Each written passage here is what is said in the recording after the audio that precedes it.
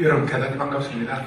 아침 일찍 일에 나오셔가지고 이런 그 강의를 들으신다는 것은 정말 존경스럽습니다. 쉽지 않은 일이지요. 제가 오늘 강의를 하기 전에 학교에 들어오면서 저는 처음 와봤습니다. 처음 와봤는데 학교 들어오면서 보니까 그 위치가 너무 좋네요. 여러 가지 측면에서 좋은데, 첫째는 이 신한대학처럼 정남향으로 자리를 잡은 대학들이 대한민국에 몇 개가 없습니다. 그리고 요즘 이제 교통이 굉장히 불편한데 학교 앞에 전철역이 있고 전철역에서 걸어서 갈 수 있는 가장 가까운 거리에 있는 대학이 제가 알기로는 오늘 아침에 보니까 바로 신한대학입니다. 신한대학인데 그렇기 때문에 영광입니다. 아주 참 좋은 자리를 잡았다고 생각을 하고요. 제가 오늘 그 강의 제목이 바른 역사와 공직사회인데, 강의 요청을 받고 이래저래 생각을 하다가 무슨 이야기를 해드릴까 하고 생각을 했는데, 사실은 이 역사는 제 전공 분야가 아닙니다. 저는 그 학교에서 경영학을 쭉 가르치고 그 중에서도 회계학을 전공한 교수입니다. 그래서 별로 관계가 없는 분야인데 생각을 하면서도 제가 평소에 대학에 있고 또 공직에 있고 이러면서 뼈저리게 뭐가 좀 잘못돼 가고 있다 하고 느꼈던 역사 이야기를 좀 섞어서 하려고 생각을 합니다. 제가 옷도를 좀 벗겠습니다.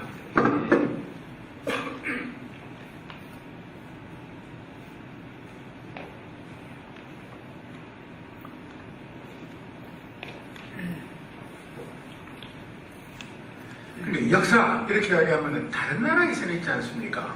우리보다 좀 앞서간 나라에서는 지나라의 역사 이렇게 하면 그 역사는 바로 모든 국민들에게 있어서의 상식입니다. 근데 불행하게도 우리나라는 우리의 역사가 우리 국민들에게 상식이 되어 있지를 않습니다. 왜 그럴까요? 여러 가지 이유가 있을 수가 있는데 그 중에 한 가지만 딱 지적을 하면은, 그동안 역사를 연구하고 가르친 사람들이 자기가 역사를 가지고 밥을 먹고 살았음에도 불구하고 이 역사를 국민들이 알기를 원하지를 않습니다. 왜 그러냐? 역사에 관심을 갖고 상식화 수준이 되어가지고 그것을 자꾸 들여다보게 되면은 그 역사를 가르치고 연구하는 자기들의 그 역사 연구하는 내용들이 엉터리라는 것을 알게 되기 때문인 것입니다. 그렇기 때문에 공무원 시험 칠 때도 역사가 시험 과목에서 빠져버리고, 또 대학에서도 역사를 안 가르쳐, 국사를 안 가르쳐버리고, 그 다음에 자꾸 역사가 전제받는 이런 것입니다. 그런데 이제 공직 생활을 해보고 또 대학에서 있어보고 해서 역사가 바로 서면은 모든 것이 편합니다. 여러분들 너무너무 편합니다. 왜 역사가 바로 서면은 편하나 이렇게 보면은, 지가 아무리 출세를 하고 총리를 하고 대통령을 하고 장관을 하고 그래도 이 역사에 비추어서 뭐 했을 때 뭐가 잘못됐으면은 그 높은 자리는 오로지 대설에 불과했던 것이지요. 예를 들어서 제 5대손이 먼 훗날 이야기입니다만은, 옛날에 우리 할배가, 경상도 말로 할배가 장관을 2개나 지냈는데 우리 할배가 장관을 어떻게 했을까? 그러면은 이제 요즘 인터넷이 워낙 발달했으니까 들어가서 검색을 쫙 하면은 이제 제가 장관할 때 뭐 하고 이게 쭉 나오지 않겠습니까? 그렇죠? 그걸 들여다보고 제 5대손 손자가 야, 우리 할배 정말 잘했다, 멋지다 이러면 정말 다행인 것입니다. 그런데 그걸 보니까 아유, 우리 할배는 그냥 엉뚱한 짓거리나 하고 택바이 짓거리나 하고, 그러면은 할아버지가 높은 자리를 한 것이 자랑스러울 수 있는 것이 아니라 부끄러운 것입니다. 그렇기 때문에 그것이 대학이든 공직사회든 간에 역사가 바로 서버리면은 모든 일들이 순리대로 돌아가게 되는 것이죠.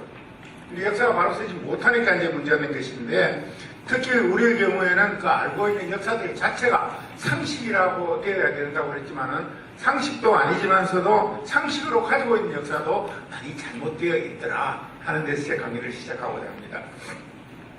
우선 그 역사와 관련해서 이 공직자들은 방금 말씀드렸다시피 반드시 성공한 공직자가 되어야 됩니다. 교수도 성공한 교수가 되어야 되고 총장도 성공한 교수가 되어야 됩니다.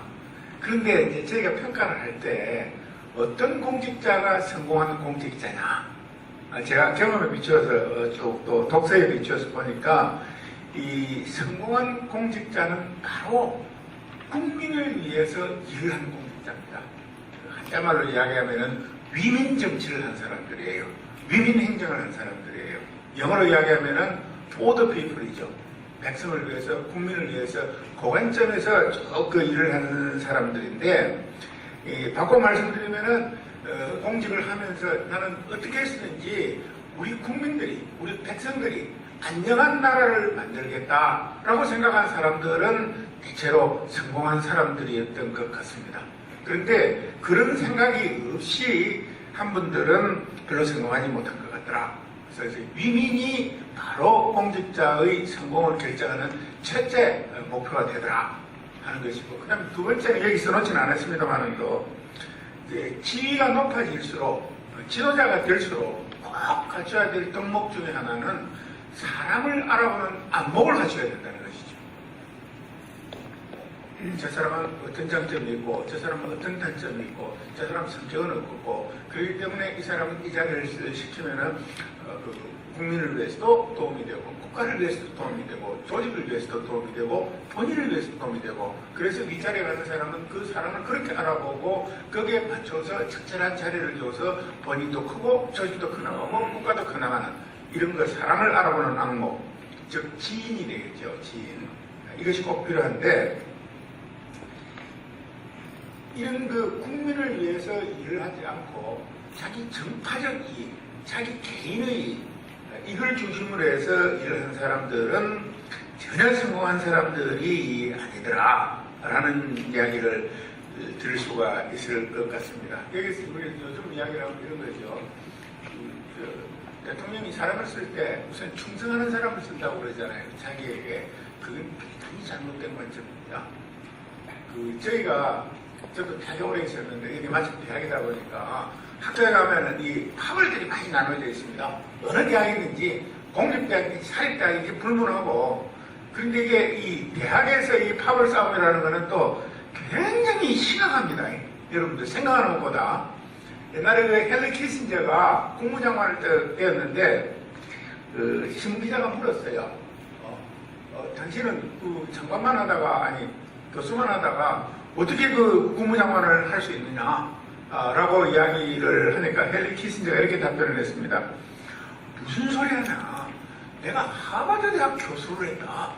그리고 국무장관 그 별거 아니다. 라는 식으로 이야기를 했습니다. 근데 그 이야기를 들은 기자가 이해를 못했어요. 이해를. 그 키신저 이야기는 이런 것입니다. 정치판도 이래 같이 패거를 지어서 당파적으로 이렇게 서로 토론하고 타협하고 싸우고 이런 것인데, 대학도 마찬가지다. 그랬을 때 키신저가 이렇게 이야기를 했습니다. 대학에서 이렇게 뒤적거리는 것, 이것이 정치판에서 뒤적거리는 것보다 훨씬 더 심각하다. 왜 심각하냐 물어보니까 키신저가 정치에서는 먹을 것이 크다. 그런데 대학은 먹을 것이 워낙 조그만하기 때문에 싸우면 목숨을 걸고 싸운다는 거예요. 거기서 내가 살아남은 사람이다. 그러니 국무장관은 이거 별거 아니다. 라고 이야기를 했습니다. 그런데 여기서 우리 하나가 중요하게 얻을 수 있는 것은 이렇습니다. 예를 들어서 나는 대통령을 위해서 대통령에 충성하는 마음으로 일을 한다. 그건 잘못된 것이지요. 얼핏 보면 말이 되는 것 같은데, 그러면은 장관이나 고위공직자들은 이렇게 일을 해야 되는 것입니다. 나는 국민을 위해서 일한다. 근데 국민을 위해서 일하는 것은 나중에 당연히 대통령을 위해서 일하는 것이 됩니다. 그런데 대통령을 위해서 일하면 그것이 국민을 위하지 않는 경우가 생기는 것입니다. 대학도 마찬가지고, 그래서 그런 점들이 바로 기본에 있는 것이 바로 백성을 위하는, 국민을 위하는, 그렇게 해서 정치를 하고 그렇게 해서 대학에서 일을 하고 모두 일을 해버리면 모든 것이 순조롭게 다 끝나는데, 이게 이제 바로 위민이 되지 않을까 이렇게 생각합니다. 그런데 이제 오늘날 우리 사회에서, 우리 국가에서 또는 해방 이후에 우리나라에서 누가 과연 정치를 하면서 오직 백성을 위해서 정치를 했겠느냐? 어떤 분이 우리 국민들을 위해서, 백성을 위해서 혼신의 힘을 다해서 흠결없이 정치를 한 사람이 있겠느냐, 장관이 있겠느냐 라고 생각을 해보면은 숫자가 많지 않습니다. 극히 드뭅니다. 아주 불행한 일이죠. 아주 극히 드뭅니다. 아주 조그마한 예를 하나만 더 말씀드리면은, 제 막내 동생이 참여정부 시절에 어느 날 갑자기 청와대 민원제도 개선 비서관이 됐습니다. 제가 그 행정부 장관을 퇴임하고 난 다음인데, 그 동생이 와서 저하고 17살 차이입니다. 막내 동생인데. 그래서 형님, 이 어떻게 일을 해야 됩니까? 그래서 니 딴 생각하지 말고 내가 하고 있는 일이 국민들에게 도움이 되느냐 안 되느냐 그것만 생각하고 일을 해라. 니는 뭐 친노배라고 그러는데 무슨 대통령에 충성한다는 그런 생각 일치 하지 마라. 그렇게 일을 하면은 자연스럽게 대통령에도 충성되고 국민들에게도 도움이 될 것이다. 그래 그 동생이 그렇게 열심히 일을 했습니다. 그런데 아주 다행스럽게도 그 사고치기 딱 좋은 자리인데 한 1년 반 하면서 사고 전혀 안 치고 일을 했습니다. 나중에 무슨 책을 하나 써놨는데 보니까 제 이야기, 제가 한 이야기를 그대로 써놨길래 그래도 형제간에 좀 통하는 게 있지 않는가 이 생각을 해서 아주 다행스럽게 생각한 적이 있습니다. 그러면 이렇게 우리가 공직을 하면서 어떻게 하면 국민을 위하는 위민의 기본 하에서 모든 일을 해나갈 수 있겠는가라고 우리가 생각을 해보면은, 첫째는 제가 볼 때 있지 않습니까? 세 가지 정도를 들 수가 있었는데, 먼저 그 국민을 위해서, 백성을 위해서 정치를 해나가기 위해서는 그 나름대로 이 세상을 바라보는 통찰력이 좀 있어야 됩니다. 통찰력 있어야 되고, 그 다음에 두 번째는 이 뭔가를 항상 일을 좀 더 잘해보려는 그런 혁신하는 마음이 있어야 되고, 세 번째는 열정이 있어야 됩니다. 대학에서 교수가 아무리 강의 잘해도 열정이 없으면 학생들 입장에서 보면 전부 졸리는 강의밖에 안 됩니다. 그런데 이 세 가지인데 제가 볼 때는, 그런데 이게 통찰력이라는 것은 어디서 나오는 거라면 제가 볼 때는 우선 반역사인식 그리고 대노만 현실인식 여기에서 통찰력이 나오는 것이 아닌가 이래 싶습니다.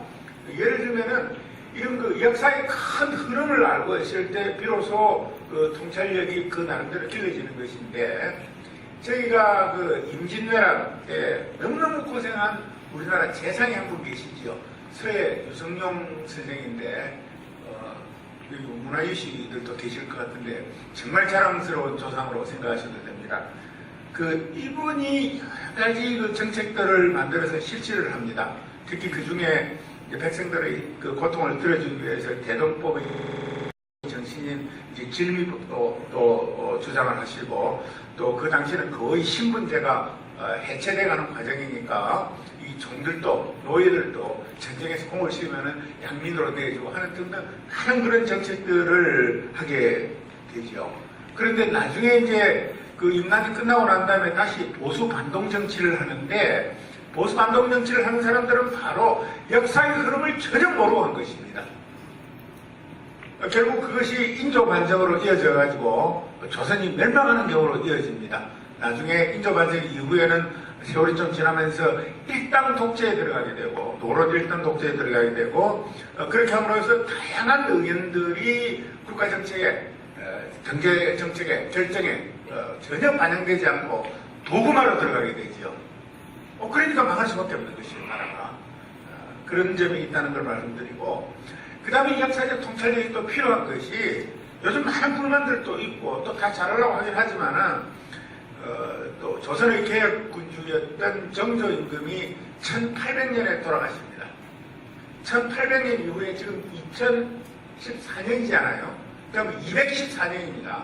이 214년 동안에 그런 그 도구마를 가지고 있던 그 사람들을 제외하고 혁신적이고 개혁적인 사람들이 정권을 잡아서 국가를 운영해 본 것은 막 크게 봐서 딱 20년에 불과합니다.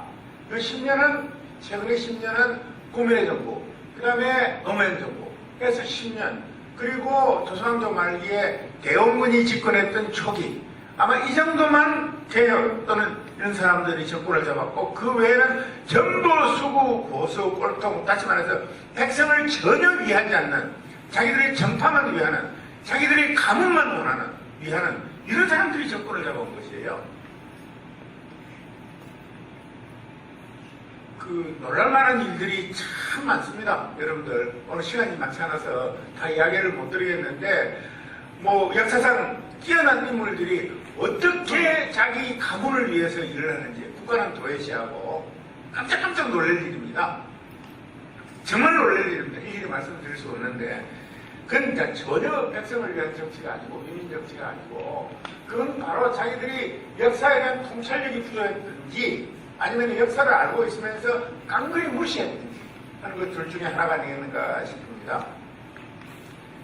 그럼 지금 우리 가만히 생각해 보면 있잖아. 역사적으로 살펴보면은 고려조 말기에 요즘 정도전이라는 사극이 있지 않습니까? 그거 보니까 정도전이 개혁을 하면서 땅을 전부 몰수해가지고 백성들의 숫자에 따라서 나눠주자. 그래서 뭐 계민수전, 계부수전 이래 나오고 나중에 그 좀 후퇴를 해가지고 과정법으로 끝납니다만은도 그 당시 백성들이 살 수 없을 정도로 문란했던 생활의 기본인 토지제도, 조선왕조 만렙에 와서 그 문란했던 조세제도, 또 그것이 그냥 옛날 이야기가 아니고 여러분 옛날 이야기가 아니고 지금 상황하고 비교하면은 양극화하고 똑같습니다.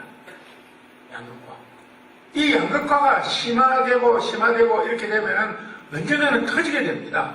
그걸 뭐 임계점이라고도 이야기를 할 수도 있고 인화점이라고 할 수도 있고 반환점이라고 할 수가 있는데 그것이 터지면은 국가가 엄청난 혼란을 겪게 되는 거고 엄청난 코스를 치르게 되는데 그것을 얼마만큼 심각하게 인식하고 있느냐. 그것은 바로 백성을 위한 정치인데 지금 현대에 있어서 이 심각한 양극화 문제를 글쎄요 여러 가지 방법에서 그걸 접근을 해야 되겠지만은 인식하고 있는 그 심각성의 정도는 정말 심각합니다. 여러분 요새 왜 젊은 사람들이 결혼을 늦게 하고 결혼해서 애를 잘 안 낳는 줄 아십니까? 여러 가지 이유가 있겠지만은 얘가 결혼해서 내 새끼 낳아봐야 좀 속된 말로 표현하면은 잘 나가는 놈 시다발이 못 낳겠는데 내가 왜 결혼하고 애 낳냐는 것이 그런 차저적인 이야기들 이것들이 양극화가 점점 임계점으로 가고 있다는 대표적인 증거가 될 수가 있습니다. 아주 심각하다. 이런 문제들은 결국은 그 역사적인 관점에서 이런 그 시각들을 가지고 있을 때 결국 노력해서 풀 수밖에 없는 문제다. 그래야 위민정치가 된다. 그래야 성공한 공치가 된다. 이런 얘기가 될 수 있지 않겠습니까? 그럼 이제 두 번째 이 위민을 하기 위해서는 끊임없이 혁신을 해 나가야 됩니다. 저는 제가 참여정부 때 장관을 했다고 해서 하는 이야기는 절대 아닙니다. 이건 절대 아닙니다. MB 정권 들어서부터 혁신의 희열자만 들어도 알려지만 하는 모든 공무원들부터 대통령까지 다 보인다는 거 아니에요. 혁신, 이런 게 뭐가 혁명하자는 이야기입니까? 피 흘리는 혁명하자는 이야기 아니고 다 때려엎자는 이야기가 아닙니다. 혁신이라는 것은 다른 것이 아니고 오늘보다 내일 더 일을 잘하고 내일보다 모레 더 일을 잘하는 겁니다.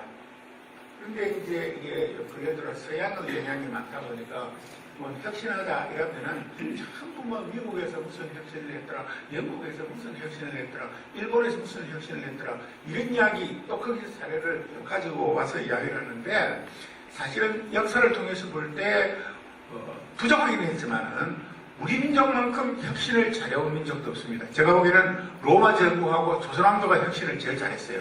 조선왕조도 어렵지만은 필요할 때 척척한 혁신들은 이루어졌습니다. 세종 때, 성종 때, 광해군 때, 영정조 때 등등해서 이루어졌는데 이 혁신이라는 건 별거 아니고 제가 생각할 때는 혁신이란 오늘보다 내일 일을 잘하고 내일보다 모레 일을 잘하는 것을 한문으로 이야기하면은 일신우일신입니다. 그렇잖아요. 여러분, 저는 아직도 기억을 하고 있는데, 제 초등학교 교훈이 있지 않습니까? 날로 새로우랍니다. 매일매일 새로우라. 근데 그게 혁신이거든요. 제가 그 당시에는 그게 무슨 뜻인지 몰랐는데, 높은 자리 가고 정부에서 일하면서, 내가 참 좋은 초등학교 나왔다. 라는 것을 다시 한번 인식을 했는데, 그래서 이제 일신, 우일신 이것이 혁신인데, 그럼 일신, 우일신이 어떻게 해서 되느냐? 우리 다 배운 겁니다. 그건 옹고지신하고 화기시승하면 의식이 무의식이 됩니다. 옛것을 돌이켜보고 새 것을 끊임없이 익히고 그렇잖아요. 그리고 그걸 계속 공부해서 익힌 것을 실천해보면은 그것이 매일매일 새로워지는 기름질입니다, 여러분들. 그것이 바로 혁신인 것이죠. 대학에서도 그렇습니다. 지난해보다 올해 더 잘하고 올해부터 내년 잘하고 그러면은 해온 것 반성해보고 또 잘하는 것도 배우고 그래서 또 확실히 확인이 된 거는 실천하고 그러면 매일 혁신이 되어 나가는 것이죠. 다만 그 가운데서 무조건 하다 보면은 실수도 참 많으니까 뭘 해야 되는 거라면은 실사구실을 해야 됩니다. 혁신을 하면서 다산 선생님이 워낙 말씀을 많이 하셔가지고 더 이상 설명이 필요 없을 것 같고요. 그 다음에 이걸 하더라도 경물치지를 해야 됩니다. 되게 어려운 말이죠. 이 경물치지라는 거는 이제 아주 쉬운 말로 이야기를 하면은 세상 사는 물리에 맞게 일을 하라는 것이죠. 물리에 맞게. 황당한 짓 하지 말고 물리가 튀었다 그런 말을 합니다만 또 물리에 맞게 이렇게 하면 이제 혁신이 되는 것인데 이 물리라는 게 참 그 어려운 말인 것 같으면서도 어찌 보면은 그 어려운 말이 아니고 그 쉬운 말입니다. 물리에 맞게 일을 하다는 게 이렇잖아요. 공부 잘하는 머리 따로 있고 일하는 머리 따로 있다 이런 이야기를 하면서 우리 사이에 이런 이야기를 합니다. 속된 말로 제 친구는 통박이 식빵이다. 통박이라는 말이 무슨 말입니까? 통박이 식빵이라는 착 보면은 이렇게 하면 일이 되고 이렇게 하면 일이 안 되고 하는 것을 식빵 수준까지 안다는 이야기입니다. 그러니까 억지로 일을 하지 말고 이렇게 쭉 해나가면은 혁신이 되더라 하는 것이죠. 이렇게 혁신을 하지 않는 조직, 혁신을 하지 않는 정권, 혁신을 하지 않는 개인, 이건 전혀 발전이 없습니다. 절대로 발전 없습니다. 그래서 그렇게 해야 윈윈이 되고, 그 다음에 이제 세 번째는 이제 열정을 가지고 있어야 된다고 제가 말씀을 드렸는데, 제가 이쭉 살아보니까 그죠. 어떤 그 성과를 내려면은, 개인이 성과를 내려고 하면은, 대체로 성과는 이 개인의 자질, 거기다가 곱하기, 노력, 거기에다가 알파를 또 곱해야 되는 것 같아요. 이 알파가 열정인 것 같습니다. 알파가. 열정을 가지고 일을 하게 되면은 사람들에게 감동을 주게 됩니다. 감동을 받는 사람들은 일을 더 열심히 할 동기가 생기는 것이죠. 열정이 없는데 감동을 줄 수가 없는 것 같더라고요.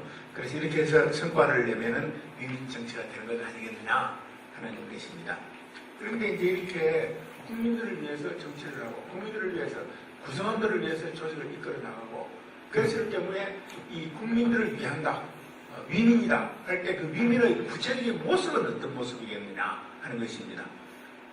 국가 전체적으로 볼 때 정치가 윈윈 정치가 이루어지면은 제가 볼 때는 국민들이 어떤 상황에 처해야 되냐면은 사전적으로 사후적으로는 아니고 사전적으로 모든 사람에게 기회가 균등하게 주어지는 사회. 이것이 정말 윈윈 정치입니다. 바꿔 말씀드리면은 나도 열심히 일하고 열심히 공부하면은 재벌도 될 수도 있고 장관도 될 수도 있고 출세도 할 수도 있고 이런 세상이 좋은 세상입니다. 말이 안 된다고 생각할지 모르지만 그게 정말 좋은 세상입니다. 내가 아무리 열심히 일하고 아무리 공부하고 아무리 노력해도 나는 이 상태를 면할 수가 없다 하면 누가 열심히 일하겠습니까? 아무것도 안 되는 사람. 아까 제가 그 젊은 사람들이 결혼해서 아예 안 낳는 이야기 했는데 내가 지금 이 상황에서 아무리 열심히 하고 아무리 노력을 해도 지금보다 더 잘 살 수도 없고 출세할 수도 없고 내 자식 낳아봐야 내 자식한테 이런 가난만 대물림 해주고 어려운 상황만 대물림 해준다면 누가 결혼해서 애 낳고 누가 열심히 일하겠습니까? 굉장히 어려운 상황이죠. 그래서 이 사전적으로 기회가 아주 균등한 기회가 주어지는 사회, 이것이 그야말로 좋은 사회다. 이것이 그 백성을 위한 사회다라는 것입니다. 근데 사실은 이런 사회가 바로 역동적인 사회입니다, 여러분들. 정부종합청사 벽에 딱 가보면은 역동적이란 말을 영어로 다이내미라고 그러는데 요새는 입만 벌리면 이제 영어를 쓰는 사람들이 하도 많아가지고 이렇게 쓰는 사람들도 가만히 보면 있잖아요. 대단히 죄송한 이야기지만 별 영어도 잘 하지도 못하는 사람들이 이제 꼭 영어를 직접 하는 경우가 참 많긴 합니다만은도 다이내믹 코리아 하고 붙어 있습니다. 그런데 다이내믹 코리아를 해놓고 정부에서 이 다이내믹이 무슨 말인지 모르고 다이내믹을 붙여놨어요. 이게 번역하면 역동적인데, 그래서 이제 어느 날 그 청와대에서 대통령 주재로 역동적인 한국을 위하여 해갖고 뭐 유명한 관련 연구기관에서 그 보고서를 만들어서 돈을 3억이나 받아가지고 제가 보니까 보고서를 만들어 발표를 했는데 그 원장이라는 양반이 그 특정인을 평화하기 위해서 하는 것 아닙니다. 이 양반이 미국에서 좋은 대학도 나오고 뭐 경력도 그래야 발표를 쭉 하는 걸 들어보니까 경제 성장이 잘 돼야 역동적인 사회가 된다는 것이죠. 그건 틀린 말은 아닙니다. 그러나 그건 극히일 뿐인 것이죠. 극히일 뿐. 그러니까 사전적으로 기회가 평등하게 주어져서 열심히 일할 수 있는 동기가 주어지는 사회. 이것이 바로 역동적인 사회고, 이것이 희망을 주는 사회고, 그것이 바로 유민정치라는 것이죠. 그 다음에 이제 또 하나는, 이 역동적인 측면에서 보면은, 이 개인의 창의성이 최대한 존중되는 사회. 이것도 역동적인 사회의 하나 중요한 모습입니다. 여러분, 과학기술이나 또는 그 예술 이쪽에서 보면은 그 창의성이 존중되는 사회, 그것이 바로 그 사람들에게는 대단히 역동적인 사회인 것이죠. 이것이 바로 유민정치의 모습이다 하는 것이고, 이것이 되어야 국민들이 희망을 갖고 열심히 일을 하고 조직 희망을 갖고 열심히 일을 하게 되더라 하는 것입니다. 근데 사실은 이렇게 되려면 말이죠. 뭐가 필요한 거냐면 소통이 잘 돼야 됩니다. 여러분들. 소통. 우리가 최근 그 MB 정권에 들어서 불통, 뭐 이런 정권에 들어서 불통, 이런 이야기를 하는데 소통이라는 것이 무엇입니까? 서로 이야기 잘하는 게 소통입니까? 그럼 구체적인 모습일 수는 있는데 소통은 딴 데 있는 것이 아니고 바로 신뢰가 있어야 소통이 됩니다. 신뢰를 쌓는 과정, 그 자체가 소통이 되는 것이죠. 그럼 어떻게 하면 신뢰가 형성이 되느냐? 이것은 또 하나의 커다란 강의 주제이기는 합니다만은 사실은 보면 있잖아요. 이 신뢰는 보면은 뭐 장관을 하든가 차관을 하든가 뭐 등등 사람들 보면은 가만히 있다고 이래 신뢰가 됩니까? 또 상대방이 먼저 신뢰해 주기를 기다려서 되는 것도 아니지요. 그래 보니까 이렇더라고요.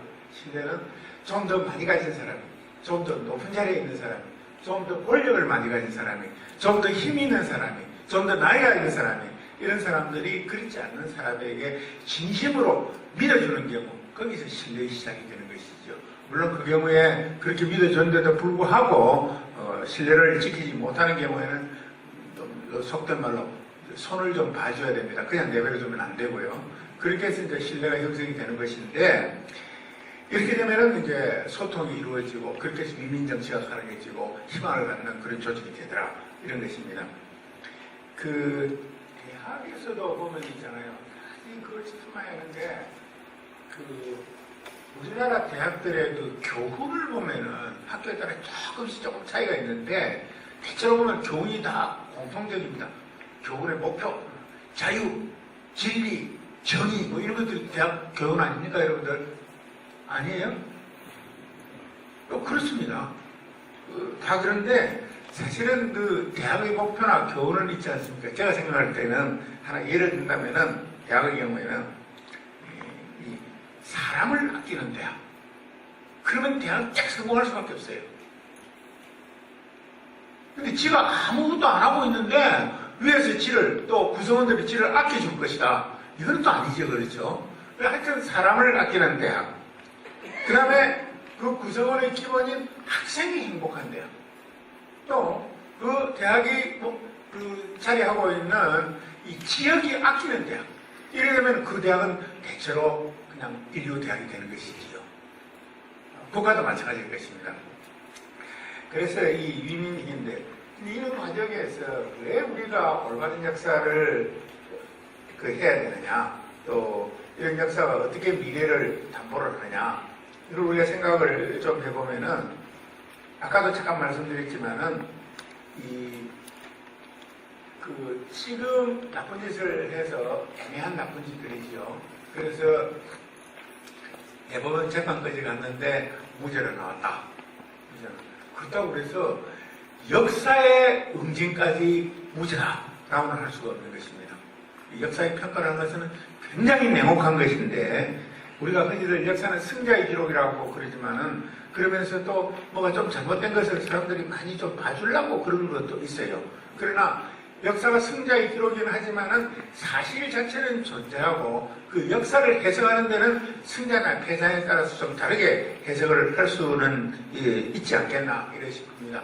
예를 들어서 우리나라에 최근에 있었던 그런 그 해방후에 있었던 것만 보면은 뭐 요즘 논쟁이 심하잖아요. 논쟁이 심한데 대체로 보면은 이제 그 일제 때 또 일제에 넘어가기 전에 나라를 팔아먹은 친일 매국노 이 사람들이 해방 이후에 그대로 우리나라에서 원정이 된 겁니다. 친일 매국노가. 그러고는 이제 이 사람들이 나중에 또 그 쿠데타 이후에는 군사 독재 세력과 같이 부하 노동을 하고 앞잡이가 또 되고, 그런데 요즘에 다 와서는 그거를 뭐라고 포장을 하는 거라면은 산업화 세력으로 포장을 합니다. 일면은 타락한 부분도 있어요. 그러나 그 본질은 전혀 바뀐 것이 아니라는 것이죠. 그것이 바로 역사의 평가라는 것입니다.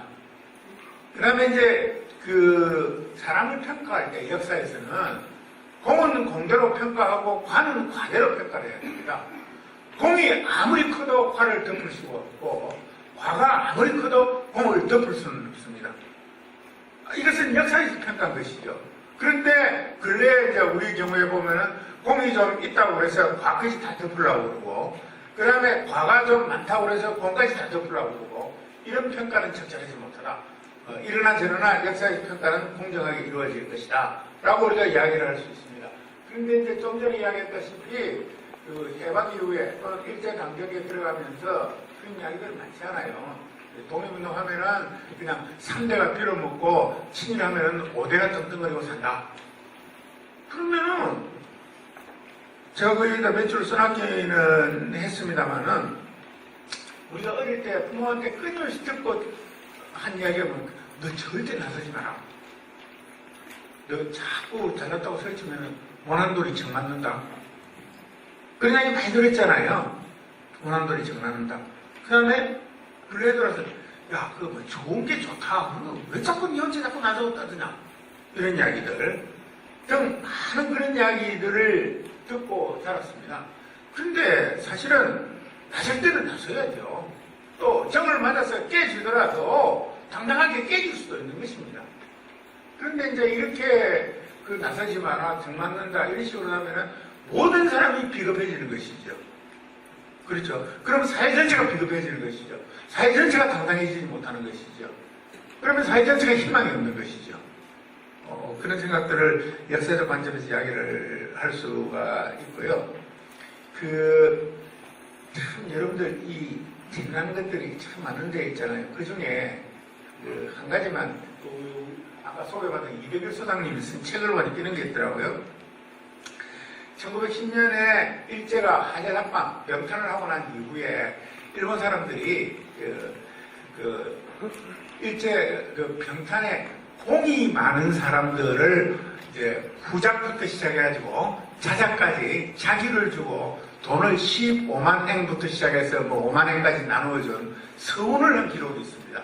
일본 사람들이 이런 건데 그 기록을 보니까 그때 자기를 받은 사람이 76명이에요. 그 중에는 이제 왕족도 많이 있고, 그 다음에 이제 그 당시에 당파를 분류할 수 있는 사람, 분류를 된 사람들이 64명인데 그 중에 56명, 64명 중에 56명이 노론입니다. 노론. 근데 노론 당수가 이완용이에요. 그러면 여러분, 근데 그 당시 노론이 집권당이라는 이야기 아닙니까?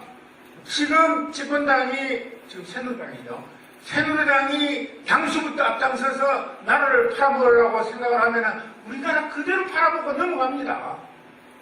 조선왕조 말기 어렵다 손 치더라도 이 지배층들이 다른 역사인식을 갖고 피안하게 싸웠으면 일본한테 병탈을 안 당하죠. 근데 그 당시 집권층과 왕족들이 앞장서서 파산하는 배에다가 구멍 뚫어갖고 물 들어가고 그리고 이 사람들이 자기를 받고 돈을 15만 원씩 받고 그리고 그 돈으로 자식들 교육시키고 자식들 생각들 버리지 않고 그렇게 해가지고 잘 먹고 잘 살고 잘 키우고 그러니까 국민들이 볼 때는 이게 참 우스운 나라가 된 꼴인데 반대로 독립운동한 사람 예를 하나만 더 들면은 뭐 이분이 월북을 해가지고 그 제가 말씀드리려면 평가를 그래 뭐 잘 받지 뭐 북한에서 잊혀지고 남쪽에서 잊혀진 분인데 여러분 그 의열단 이야기 들어보셨어요? 많이 들어보셨을 거예요. 그 약산 김원봉이라는 분이 있습니다. 이분이 이제 의열단 단장인데 일제시대에 의열단은 한 명이 조선에 입국했다는 정보가 들어오면은 조선에 있는 모든 일본 헌병과 경찰이 비상이 걸립니다. 사람 한 명 때문에. 그렇게 일제가 무서워하던, 가장 무서워하던 항해단체인데, 이분이 이제 그 마지막에 임시정부의 군무부장을 지냈어요. 그리고 이제 광복군 이지대장을 지냈죠. 맞습니까? 이지대장을 지낸 불세출의 이 애국지사고 혁명가입니다. 그런데 이 양반이 1945년 11월 달에 귀국을 하고 1947년에 해방된 조국에서 종로 한복판에서 여러분 잘 모르실 겁니다. 일제 때 종로서 친일 경찰하던 노선 수령한테 수갑을 채고 빵을 맞았습니다, 여러분. 어떻게 생각하십니까? 그런 일이 있어야 되는 일이냐 이거죠. 수모라도 그런 수모가 어딨겠습니까? 18살에 중국에 독립운동하러 가서 평생을 바치고 40대 후반에 장년이 돼갖고 와가지고 목숨을 같이 바치면서 일제 때 20만원의 현상금이 붙어있던 사람인데 종로경찰서 한가운데에서 일제 친일 경찰 고등경찰한테 수갑을 차이고 뺨을 맞았으니까. 그래서 이분이 의열단 같은 단언하던 유모라는 분 종암동에 있는 그분 집에 가가지고 3일 동안 술을 먹고 대성통곡을 했다는 거 아닙니까? 그래서 월북해 버렸어요. 내가 여기서는 내 목숨도 보지하지 못하겠다. 그런 역사들은 다 파묻히지 않습니까? 근데 역사라는 것은 그렇게 파묻히는 것이 아닙니다. 자꾸 하다 보면 다 드러나게 되어 있어요. 이렇게 과거의 역사들은 그냥 역사책을 보는 사람들이 전부 한문으로 써져 있고 이러니까 보는 사람들 숫자가 적습니다. 아주 그 소수의 사람들에게만 공개된 정보인데 지금 인터넷이 발전해갖고 있잖아요. 조선왕조 실록은 물론이고 삼국유사, 삼국사기, 중국의 사기, 한서, 구한서, 삼국지 그냥 클릭 짝짝 딱딱딱딱 하고 주요거서까지 다 뜨고 해석까지 다 떠버립니다. 그래서 역사는 절대로 숨길 수가 없는 것이다. 절대로 숨길 수가 없는 것이고 그렇기 때문에 이런 말 있잖아요. 아무리 네가 숨기려 해도 하늘이 알고 땅이 알고 네가 알고 내가 아는데 숨겨지겠느냐. 그래서 이 역사의 평가라는 것은 언정한 것이고 잘못된 것은 역사의 인증을 받는 것이고 그렇기 때문에 우리가 바른 역사에 비추어서 모든 일들을 결정하고 행동하고 하는 경우에는 조직에 있어서는 또는 국가에 있어서는 그것이 유민정치가 된다. 이런 말씀이 되겠습니다. 사실은 이 역사라는 것은 옛날 이야기라고 사람들이 생각하지만 이 역사는 옛날 이야기가 절대 아닙니다. 그 옛날 이야기만 읽으면 그냥 재미난 이야기책 읽고 말지요. 역사를 통해서 볼 때 우리가 그 교훈을 얻을 수 있는 것이지요.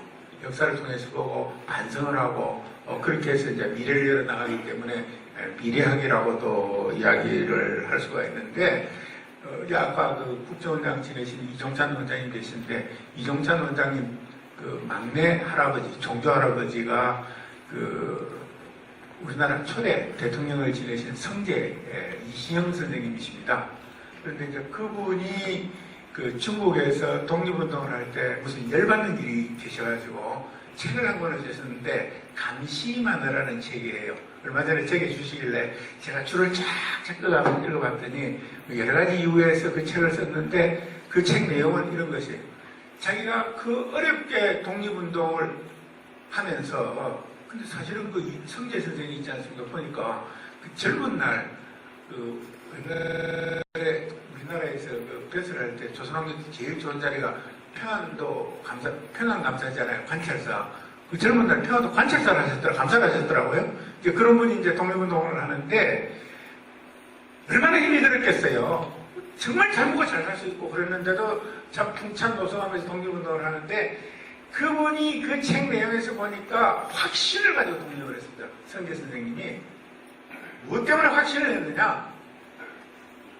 우리는 충분히 쟁취할 수 있고 세계 문명국이 될 수 있을 만큼 우수한 자질을 가진 민족이다. 역사에 비춰봐서. 그렇게 해서 확신을 가지고 독립운동을 하시더라고요. 그런 면에서 보면은 역사는 확실히 미래합니다. 라고 이야기를 할 수가 있습니다. 그런데 이제 문제는 우리가 지금까지 배워왔던 역사라는 것은 전부 다 그 엉터리 역사를 배워왔다는 것이죠. 이 적용도 뭐 그저 그런가 보다 그러면서 좀 이상하다, 조금씩 이상하다 이런 생각만 하고 살아왔지.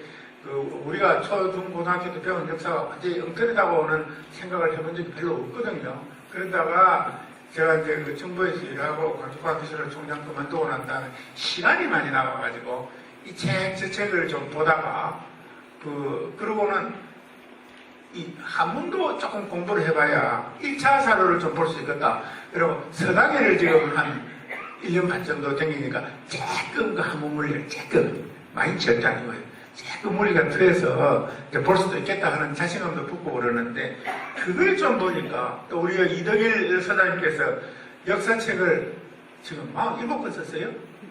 47권, 8권을 썼는데 엄청나게 공부를 많이 해서 책을 많이 썼는데 또 이덕일 소장님 책도 좀 보고 이랬더니 우리가 배운 역사는 완전히 엉터리더라는 거 아닙니까? 그래서 이제 제가 발견한 엉터리라는 것, 그러니까 잘못된 역사를 배운 것이죠. 잘못된 역사를 배우면은 판단도 잘못되게 할 수밖에 없잖아요. 역사적 통찰력이 잘못돼 버렸으니까. 그래서 그 내용을 그냥 보니까 여러분 깜짝 놀라시죠. 우리가 배운 역사는 일제 조선 총독부가 조선사 편서회라는 것을 만들어갖고 완전히 자기들이 창작한 잘못된 역사를 배운 겁니다. 영어로 이야기하면 invented false history를 배운 거예요. 그러니까 여러분 한번 들어보십시오. 이 1945년 9월 12일 날 그 당시 조선 총독이 아베 노부유키라는 사람이에요.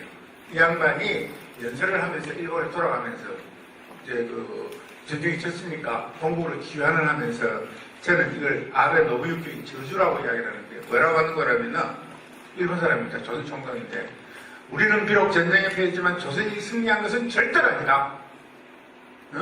장담하건대 조선이 제 정신을 차리고 옛 영광을 되찾으려면 100년이 더 걸릴 것이다. 우리 일본은 조선인에게 총과 대포보다 더 무서운 식민교육을 심어놨다. 조선인들은 서로 이간질하며 노예의 삶을 살 것이다. 그리고 나 아베유키는 반드시 다시 돌아온다. 이렇게 하고 왔습니다. 여기 총장님 계시는데 총장님 그 일제후에 유행하던 말이 있지요. 저기 미국 놈 믿지 마라, 소련 놈 하지 마라, 일본 놈 다시 돌아온다. 아마 그런 유행했던 말들도 있었다고 그러는데, 그래서 이 조선 총독부라는 놈들이 한국 역사를 어떻게 만들어 놓는 거라면은 이렇습니다. 한국 사람들은 역사를 발전시킬 역량이 전혀 없는 민족이다. 그러니까 상고시대나 지금이랑 똑같다. 미개하다. 이런 얘기예요. 이게 이제 소위 조선사 정치론이라고 학문적으로 이야기를 하는데, 여러분 세상에 그런 게 어디 있습니까? 역사를 발전시킬 수 있는 민족이 아니다. 그런 건 없거든요. 세월이 지나면 누구나 발전하는 것입니까? 조금씩은. 정도 차이는 있지만. 뭐 이런 이야기들. 그 다음에 조선의 역사는 식민지 시대부터 비로소 시작했다. 식민지가 뭡니까? 북쪽에는 우리가 초등학교 다닐 때 달달달달 외우던 한사군, 남남, 현도, 진번, 민도, 나 그걸 왜 외우는지 지금도 몰라요. 아니 그 자랑스러운 역사도 아닌데 왜 그걸 배우라고 그렇게 했는지. 그러니까 이제 위만조선이 망하고 한나라가 설치한 한사군에서부터 조선의 역사는 시작이 되고 북쪽은, 남쪽은 일본이 만들어놨던 임나일본부에서부터 시작됐다는 것이 조선의 역사입니다. 그럼 어찌 됩니까? 빛나는 우리 역사 당군조선은 싸그리 다 없어지는 거예요. 싸그리 다 없어지는 거예요. 그래서 당군 신화다. 우리 신화 아니거든요. 그래서 보면은 만주에서 그냥 유물들이 쏟아져 나와가지고 신화 아닙니다. 뭐 그런 이야기들. 그래서 이제 결국은 그 내용들이 어떤 거냐면은 될 수 있는 대로 일본 역사가 먼저고 한국 역사는 나중이고, 그래서 한국사는 시간적으로는 아주 짧게, 공간적으로는 아주 협소하게 이렇게 만들었습니다. 그러면서 그 중간중간 내용에다 다 끼워놓은 거는 뭡니까? 한국사는 부끄러운 역사다. 너가 한국사는 조선왕조가 망해버렸으니까 망한 나라의 역사를 뭐하러 배우느냐. 빨리 잊어버려라.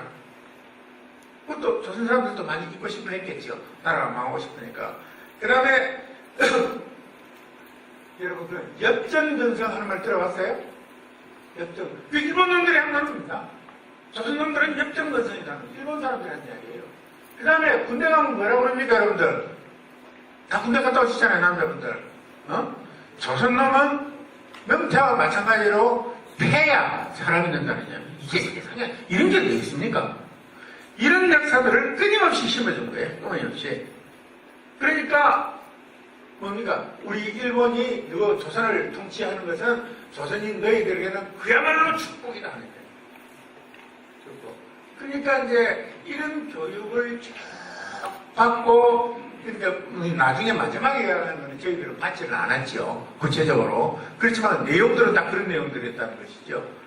그렇게 이제 쭉 지나왔는데 문제는 이것이 해방된 조국에 벌써 70년이 다 됐는데 1945년이니까 지금도 이 날조된 역사가 그대로 살아남아서 확대 재생산되고 있다는 것이죠.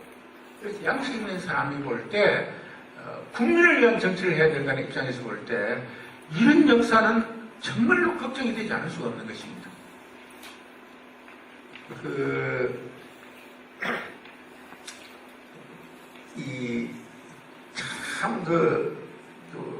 나라도 운이 있고 개인도 운이 있고 이러는데요. 왜 이런 게 일제 식민사관, 조선통독 사관이 지금까지 살아남아 있느냐 그러면은 이제 일본이 일본인들이 물러가고 난 다음에 이제 이병도 이런 이야기 해야 될 것 같은데 두 개의 이병도라는 분이 이제 중심이 돼서 자꾸 역사를 확대 재생산을 했는데 참 그 안타까운 건 있지 않습니까?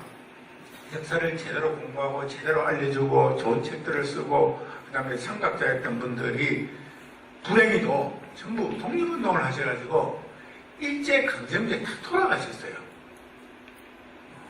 박은식 선생이라든지 단재신지호 선생이라든지 김기원 선생이라든지 이런 분들이 일제강점기에 다 돌아가시고 그럼 그 후학들이 또 있을 거 아닙니까? 그렇죠. 어려운 가운데 후학을 양성하기는 어려웠지만은 그러면 그 후에 역사를 뭐 비슷한 시기에다 시작했지만은 하든 예를 들어서 위당 정인보 선생이라든가 민세 안정 선생이라든가 이런 분은 또 6.25 때 납북이 돼버렸어요.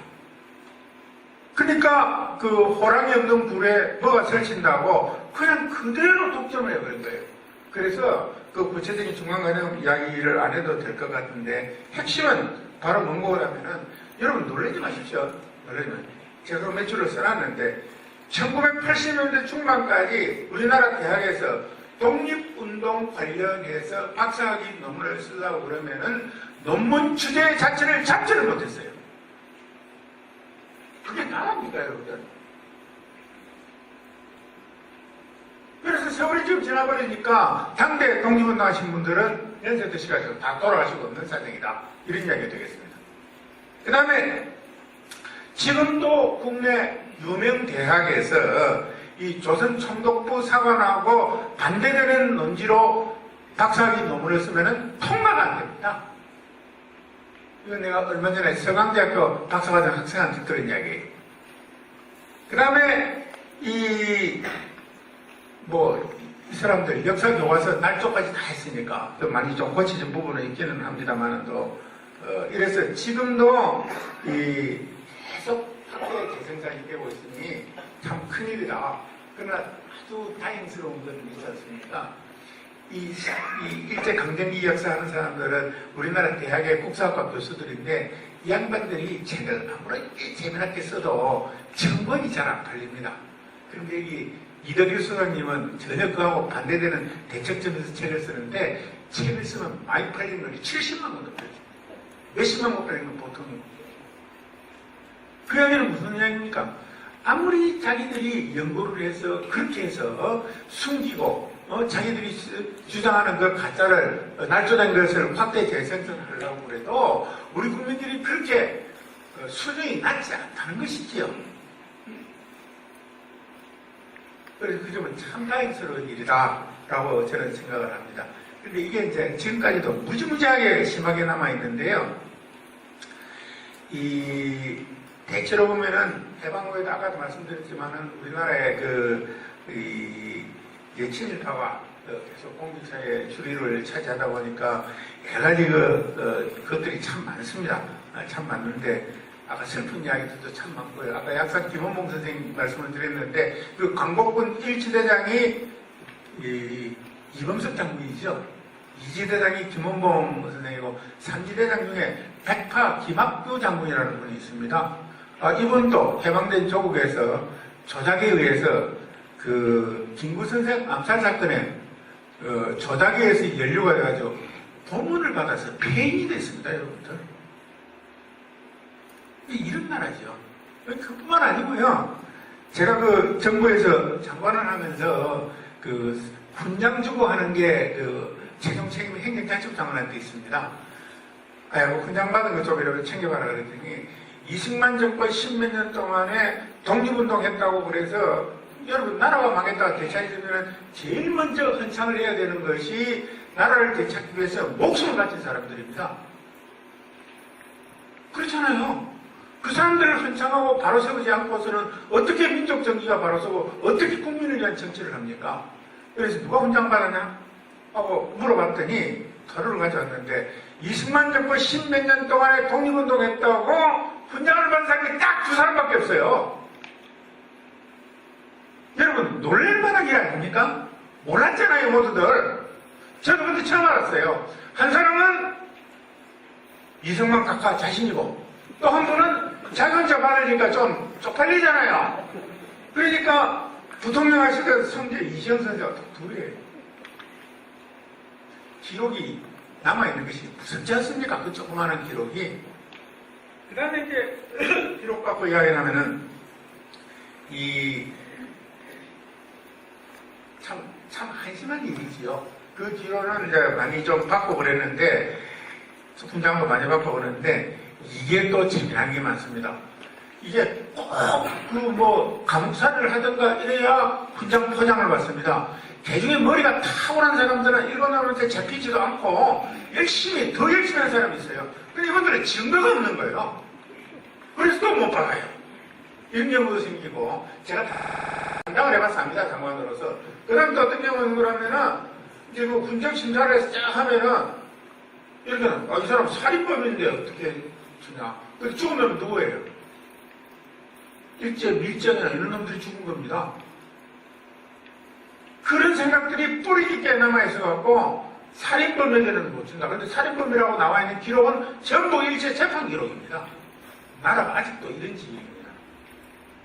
여러 가지 이유가 있지만은 그 다음에 이제 이것들이 아직도 이런 잘못된 역사 인식들이 우리 사이에 얼마나 많이 남아있는 거라면은 이 동북아 역사재단이라는 게 있어요. 이거는 그동안 많이 나왔으니까 이야기를 못 하는데 동북아 역사재단 중국 동북공정 떠들고 나니까 막 자고 그래서 이제 만든 정부기관인데 동북공정 내용은 이겁니다. 현재 중국 영토에서 일어났던 모든 역사는 중국의 역사고 중국민에 의해서 이루어진 역사도 중국 역사다. 그러면은 지금 만주에 있던 고구려, 백제, 고조선은 전부 중국 역사가 되어버린 겁니다. 기분 나쁘잖아요. 그렇죠. 그리고 저 사람들이 주장하는 거는 한상훈이 한강 이북에 있었으니까 중국 입장에서 보면은 그것이 물론 틀립니다. 틀리는데 한상훈은 어디에 있는 거라면은 지금 요령성하고 하북성 경계 그쪽 지방이 다 있었어요. 우리가 이야기하는 거예요. 중국 놈들이 지금 사료에 그렇게 다 써놨습니다.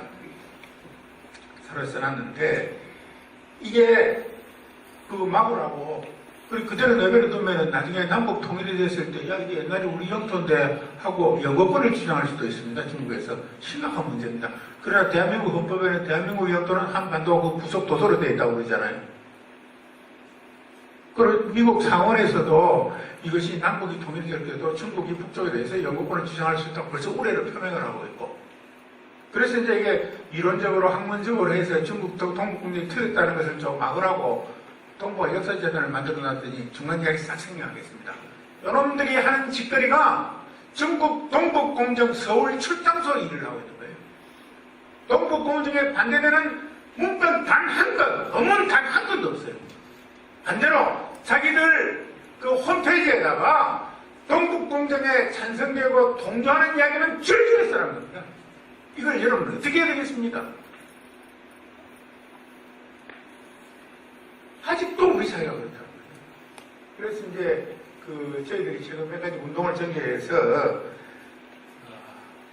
문두치상들 있잖아요. 우리 젊은분들도 계시는데 이놈들이 말이지 하버드 대학이라고 그러면은 전부 다 조금 세계사를 가는 줄 알고 정부 예산을 10억을 들여갖고 10억을 다 내온 이겁니다. 한반도 북부는 고대 중국 식민지였다고 영어로 책을 만들어갖고 그놈들이 쓴 논문들 번역해갖고 10억을 들여갖고 온 세상에 배포를 하려고 합니다. 이걸 그대로 놔둬서는 안 되겠죠, 그죠? 그뿐만 아니고요.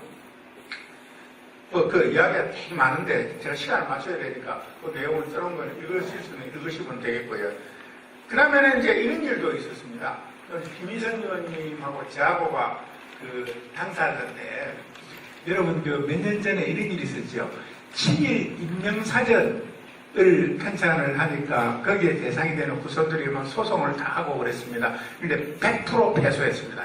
우리 할배는 친일파 아니었다 하고 소송을 제기했다가 단 한 명도 못 이겼어요. 100% 졌는데 그 친일 임명사전에 맞다 그랬는데 이게 이제 해방된 조국에서 이 맥노드를 척결하지 못하니까 그대로 놔뒀어야 되겠느냐 하고 민간 차원에서 우리가 권력이 없으니 척결은 못하지만은 역사의 기록은 남겨놓자 조사를 해서 그래서 이제 친일 인명사전을 반민족연구소에서 만들기로 했어요.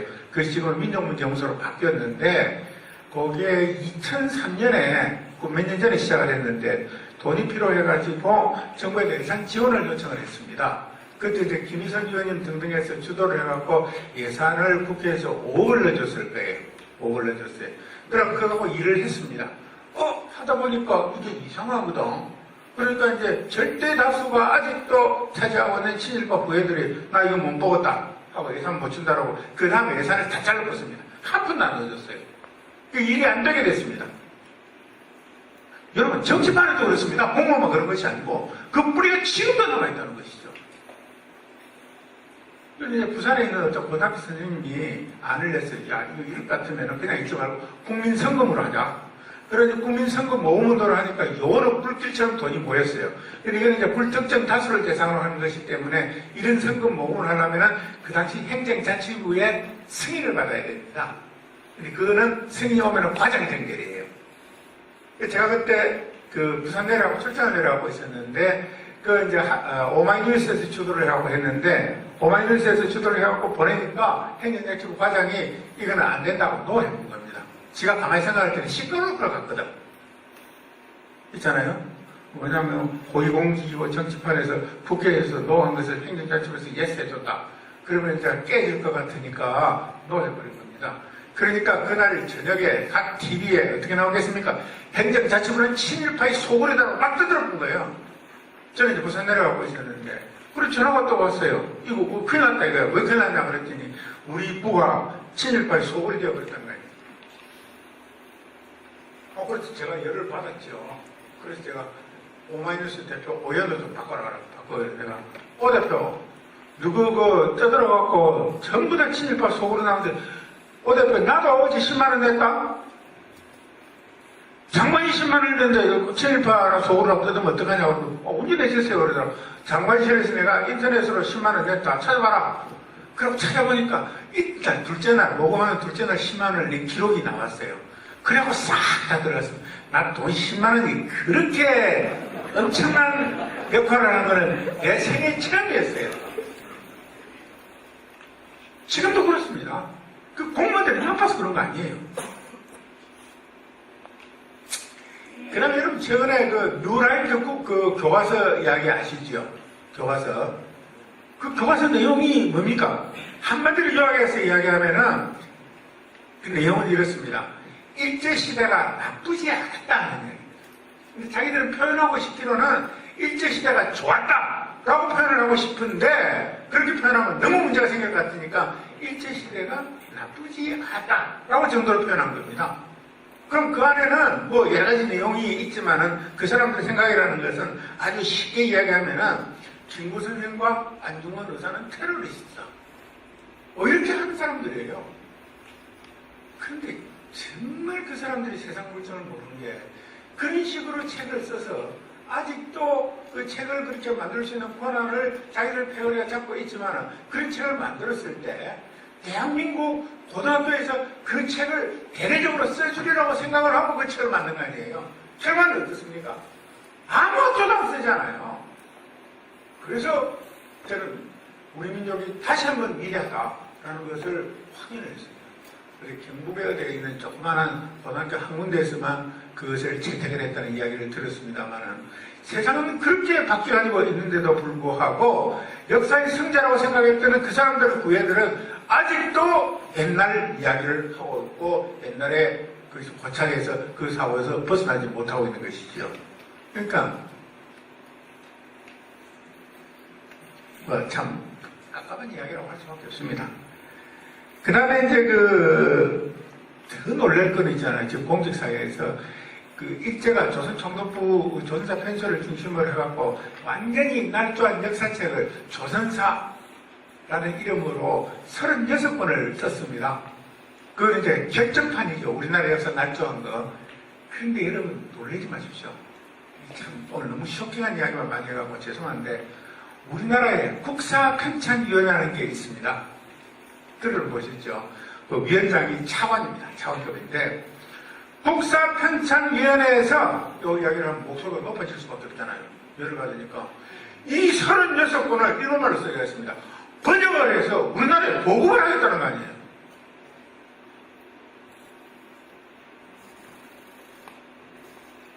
아니 이거는 그러면 한국사 편찬위원회하고 일본사 편찬위원회에서 그런 이야기를 한다면은 조금 누구 입장이 할 수 있겠다 하지만 대한민국 차관급 공무원이 위원장으로 있는 대한민국 국사편찬위원회에서 일제시대에 일본 놈들이 날조했던 역사를 일본말로 쓰여진 것을 우리 국어로 번역해서 우리 국민에게 보급하는 나라가 하겠다는 나라가 대한민국이에요. 그래서 이제 세상이 그리 만만하지 않다고 내가 몇 가지 계속 말씀을 드렸는데 그렇게 해서 이제 결국은 국회의원들이 떠들고 이래가지고 그게 포기가 됐어요. 근데 그 언제 또 그런 시도 할지 모릅니다. 정말 답답한 이야기고 사실 이러다 보니까 그 영향력이 엄청나게 깊지 않아요. 뿌리도 깊고 오래되고 그러잖아요. 그러면 공무원들 입장에서 볼 때는 이렇습니다. 왜 그 상사들이 전부 그런 생각을 하고 있으니까 자기 자신도 모르더니 조금 순치가 되는 거죠. 그러다 무슨 결정을 할 때 눈치 보고 책임 안 지고 살아남고 이런 것만 남은 거예요. 이런 것만. 그러다가 자기들 패거리끼리 도움이 되면 고기를 챙겨 먹고 요새 여러분 관피하라는 말 있죠. 금피하라는 말도 있고 모피하라는 말도 있고 이랬는데 우리 이사장님 강성종 의원님도 국회에서 잘 알겠지만은 그거 너무 심합니다. 최근에 세월호 사건이 있었는데 그거 한 가지만 아주 조그마한 예일 수도 있는데 예를 들고 나오면은 그 해양경찰이 완전히 그냥 몸매를 맞아가지고 해체 수준으로 갔잖아요. 저도 옛날에 해양수험 장관을 했습니다. 해양경찰청 인사도 한번 해봤어요. 근데 저는 그렇게 인사하지 않습니다. 그런데 이번에 딱 보니까 해양경찰청 국장급 이상이 7명이어야 되는데 그 둘 빼고 청장하고 차장하고 빼고 전부 다 3,000톤 이상 배 타본 경험이 없는 놈들만 하고 있는 거예요. 그리고 그것도 특정 지역 패거리들이 다 해먹고 왜 국장이 나온 거예요? 그래도 일이 되겠습니까, 여러분들? 제가 해수장관 할 때 그 이야기를 해서 해경 인사를 하는데 가져와라. 그랬더니 저기 인사 지침을 달라고 그러더라고요. 제가 해양경찰은 모르는데 무슨 인사 지침을 줄 수가 있습니까? 그래서 지침을 주기는 좋습니다. 야, 될 놈은 시키고 안 될 놈은 절대 시키지 마라. 제가 좀 인사 지침. 그런데 이제 인사를 하고 보면서 조금 마음에 안 들어서 이제 좀 조심을 하고 인사를 해왔기 때문에 큰 문제는 없었는데 경무기획 정보수사 이것은 행시 출신이 되라. 이번에는 대신에 경비, 군안, 현장은 100% 현장 경험인 사람을 해라. 국장 그렇게 바꿨습니다. 그리고 이제 그 당시에 청장이 경찰에서 올 수밖에 없었는데 육상경찰에서 청장이 육상경찰에서 왔으니까 차장은 반드시 현장 경험이 풍부한 사람을 시켜라. 그렇게 시켰어요. 그 기본이지 않습니까? 그런데 이제 패거리들끼리 해먹다 보니까 특정 지역이 줄줄이 다 해먹다 보니까 아무것도 모르는 놈들이 있으니까 그럴 수밖에 없는 것이죠. 물론 다른 요인이 많습니다. 인사 측면에는 그런 요인들이 있는 것이고, 그 다음에 이제 여기에다가 광복 후부터 시작해갖고 우리 그 공무원 인사에도 문제가 많아요. 공직에서 이렇게 완전히 눈치 보기 이런 식으로 바뀌어가지고 책임 안 지기 이런 말이 있습니다. 그 공무원들 보고 복지부동 하는 말이 있잖아요. 복지부동. 복지부동보다 더 나쁜 말이 신토불이랍니다. 딱 엎드려갖고 땅하고 몸하고 하나 되는 거죠. 공무원들이. 근데 그보다 더 심한 거 있습니다. 딱 땅에 엎드려갖고 복지안동 하는 게 있습니다. 딱 엎드려갖고 눈만 떼고 그러거든요. 이렇게 되기까지는 여러 가지 역사적인 그런 관점에서 바라볼 수밖에 없는데요.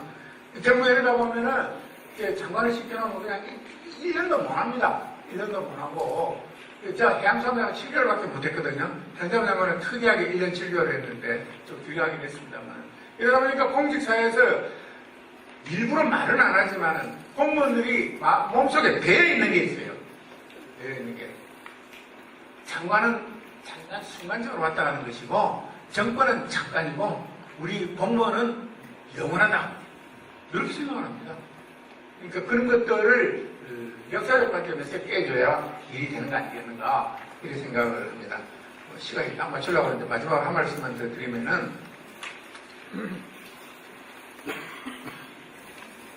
우리가 통일하는 게 있지 않습니까? 솔직히 통일은 어떻게 해야 통일을 되느냐? 서로가 필요해야 통일이 됩니다. 그렇지 않습니까? 통일하는 게 서로 좋아야 돼요. 남도 통일하는 게 좋고 북도 통일하는 게 서로 좋아야 통일이 되는 것이지 남에서 볼 때도 싫고 북에서 볼 때도 싫고 그러면은 아무리 떠들어도 통일이 안 되는 것입니다. 결국 그렇게 서로가 그러려면은 통일을 해야 얻을 것이 많아야 되니까 서로 간의 그 동질성을 높여야 됩니다. 그리고 상호 의존성을 높여야 됩니다. 그래야 서로 잃을 게 많고 얻을 게 너무 많고 그래야 통일이 되는 것인데 우리가 경제적 측면에서만 통일을 해보면 있잖아요. 엄청나게 경제적으로 도움이 됩니다. 통일 비용은 들어가겠죠. 통일 비용은 일시적인 거지만은 또 여러 가지가 있습니다. 예를 들어 지금 우리가 통일을 해야 되는 여러 가지 이유가 우리가 지금 외채가 전체적으로 한 4천억 달러 정도 될 겁니다. 이 4천억 달러의 이자를 요즘 한 2% 이자 따질 필요 없고요. 4천억 달러에 대해서는 이자를 무는데 외채에 대해서 여러분 생각을 해보세요. 남북한의 관계가 통일이 되고 이렇게 관계가 좋으면 국제금융시장에서 컨트리 리스크라는 게 있어요. 저 나라는 전쟁의 위험이 높으니까 이자를 좀 비싸게 받아야 되겠다. 그걸 0.5%포인트 그러면은 4천억이니까 4, 5, 20억 달러입니다, 여러분. 그렇죠? 그러니까 남북한이 잘 지내고 통일을 달면은 컨트리 리스크가 없으니까 1년에 20억 달러가 그대로 남는 겁니다. 2조 원이죠. 그 다음에 제가 있을 때 하나 이야기만 드리면은 노무현 대통령 정권 초기에 벌재, 모래가 굉장히 부족했습니다. 건설이 너무 많아가지고. 그래 모래가 부족하니까 태안 앞바다에 그 바닷모래가 좋습니다. 그걸 그냥 밭 위에 올려가지고 물로 씻어갖고 공사장에서 썼거든요. 그래 하도 걱정을 하고 국무회에서 그런 이야기를 했습니다. 제가 아니 저쪽에 예성강 경남도 그쪽에 내려오는데 한탄강 그쪽에 보면은 뭐냐 70년 동안 모래 한번 파보지 않은 데다. 그거는 그대로 모래 그 자체다. 어떻습니까? 정sen통일병원이 북한하고 협상해갖고 거기서 밭에 모래 좀 파담아갖고 인천으로 와서 그대로 씁시다. 그래갖고 아마 그 협상이 며칠 걸리지도 않았어요. 그래갖고 이제 계속 그거 갖다가 여기 국내에서 썼어요. 값도 굉장히 싸요, 그거는. 굉장히 싸고. 근데 아마 그 다음 정권 바뀌고 난 다음에 바로 없어졌다고 그러던데. 그래 나중에 계산을 해보니까 있잖아요. 거기 모래가, 제가 그만두고 난 다음인데, 연구소 쪽에서 계산을 해보니까, 그 모래가 전부 다 하면은 한 13조 원 정도 된답니다. 13조 원이면은 그때 당시 돈으로 남북한 뭐 교류 활성화하고 관계 개선되면은 서울에서 평양까지 KTX 놔줘도 그 돈으로 된다는 거 아니에요. 그래서 이제 머리를 쓰고 그러면은 상호 의존성도 얼마든지 높일 수도 있고 동지성도 확보할 수가 있습니다. 그러나 이것을 이념적인 차원에서 접근을 하면 절대로 동지성을 높일 수가 없지요. 그 중요한 대상 중에 하나가 바로 역사입니다. 여러분, 동지성을 높일 수 있는 역사. 우리가 이렇게 투쟁을 했고, 이렇게 살아왔고, 이렇게 같은 민족이었고, 이것을 자꾸 해서 서로 자부심을 높여가고 상호 의존성을 높여가면은 아마도 그 통일에 대한 큰 기여를 할 수 있지 않을까. 그런 의미에서 신한대학에서 한민족 평화통일연구소 만드는 것은 제가 볼 때는 큰 의의가 있다고 생각합니다. 감사합니다.